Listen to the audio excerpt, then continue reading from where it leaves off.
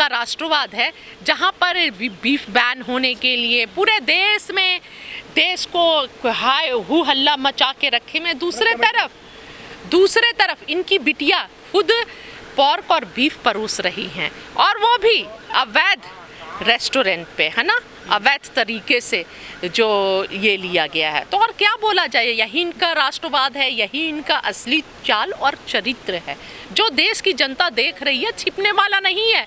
कि किस तरह स्मृति ईरानी जी जब 400 रुपए के सिलेंडर था तो धरना पे बैठती थी, ड्रामे करती थी, और आज महंगाई चरम पर है, महंगाई चरम पे 1100 रुपए प्रति एलपीजी हो गया है, और गृहिणियों का घर चलाना मुश्किल हो गया, इतनी ज़्यादा महंगाई है।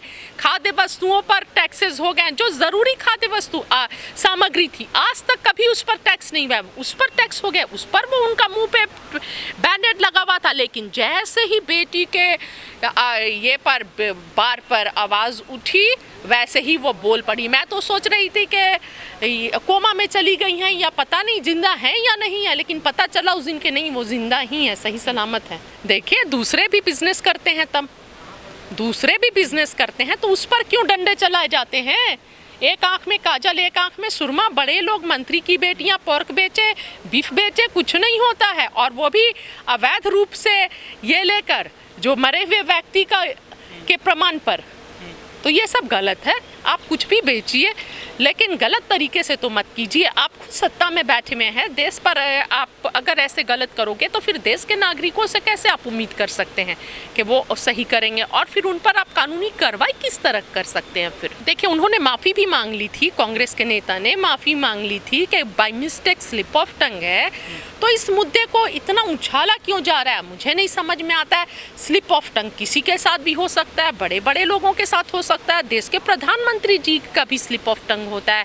बोलना कुछ चाहते हैं, बोल कुछ देते हैं। तो इस मुद्दे को वहीं पर खत्म किया जाए, या स्मृति ईरानी ये सोच रही है कि चीख चीख कर बोलने से दलित और पिछड़े जो हैं एसटी समुदाय पूरा झाड़ कर वोट डालेगा, इसलिए चीखा जा रहा है? आधे रात में उसका अंतिम संस्कार भी नहीं करने दिया जाता है सम्मान पूर्वक, और जला दिया जाता है, तब तो वो नहीं बोलती हैं। तो ये सब वोट बैंक की राजनीति है और कुछ भी नहीं है। देखिए जब गलत तरीके से अनऑथराइज्ड तरीके से आप चला रहे हैं तो वो कोई बच्चा तो ऐसे नहीं कर सकता है ना। हाँ, अनऑथराइज्ड तरीके से कोई बच्चा तो ऐसे नहीं कर सकता है ना। आरोप नहीं, इनका चरित्र ही यही है। स्वामी चिन्मयानंद जी जो पूरी पीड़िता के परिवार को ही खत्म करवा देते हैं, उन्हें कोर्ट से क्लीन चिट मिल जाता है। इनका बेटी बचाओ बेटी पढ़ाओ महज एक ड्रामा है, जुमला है।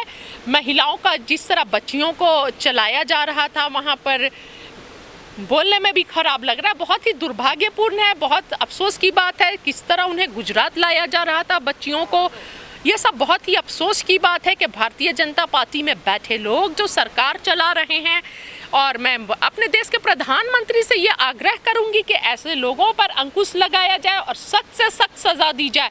अगर आप नहीं रोक लगाएंगे, अंकुश नहीं लगाएंगे, सज़ा नहीं देंगे तो इस तरह के लोगों का मनोबल जो है और बढ़ेगा और बच्चियों की सुरक्षा जो है और खतरे में रहेगी। जी हाँ, बीजेपी वॉशिंग मशीन है ना, एक तरफ से दो डिटर्जेंट पाउडर डाला हुआ है, वॉशिंग मशीन है, जैसे कपड़े को डालो तो धुलकर साफ होकर निकलता है, वैसे ही जिस पर भी ईडी का मामला हो, सीबीआई का हो, एनआईए का हो, बीजेपी में जाते सब चरित्रवान हो जाते हैं और सारे केसेस भी हट जाते हैं, सारे जांच आयोग हटा लिए जाते हैं, और ये सारे जो हैं ये सिर्फ विपक्ष के लिए हैं। तो ये भी देखिए कि क्या है गुजरात मॉडल, वो गुजरात मॉडल जिसको दिखाकर प्रधानमंत्री जी सत्ता में आए थे। अभी बारिशों में गुजरात मॉडल की तस्वीरें सबने देखी होंगी, बहुत वायरल हो रही थी कि किस तरह सड़कों पर गड्ढे हैं, कार घुस जा रहा है, नया जो तो ये गुजरात मॉडल है।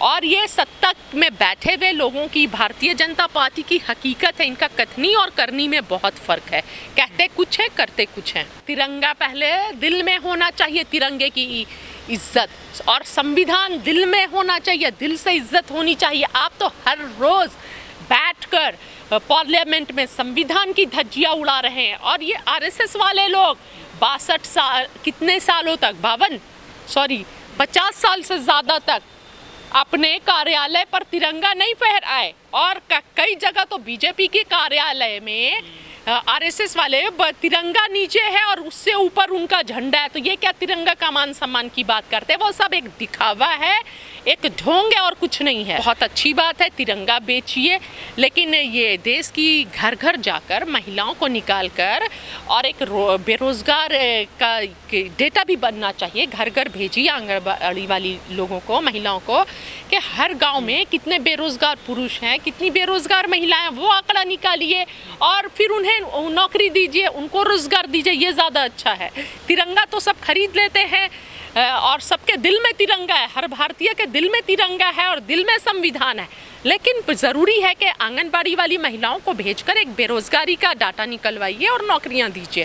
इस तरह जुमले मत दीजिए, देश को महंगाई से निकालिए, आप टैक्सेस हटाइए और युवाओं को रोजगार दीजिए, महिलाओं को सुरक्षा दीजिए। जुमला नहीं चाहिए, सुरक्षा चाहिए, सस्ता भोजन चाहिए और न्याय चाहिए। सभी को बराबरी, समानता का अधिकार चाहिए। बिल्कुल अपने हिसाब से चला रही है, हर रोज संविधान की धज्जियां उड़ती हैं पार्लियामेंट में, हर रोज संविधान की किस तरह विपक्ष के कितने सारे जो पार्लियामेंटेरियन हैं उनको हटा दिया गया, रद्द ये कर दिया गया कि बोलने नहीं दिया जाएगा। तो ये क्या है? संविधान की धज्जियां ही तो उड़ रही हैं। आज विपक्ष को कमजोर किया जा रहा है। कोई भी विपक्ष जो आवाज उठाती है उस पर सीबीआई, ईडी का छापा मरवाया जाता है। तो ये क्या है? आवाज को दबाया जा रहा है।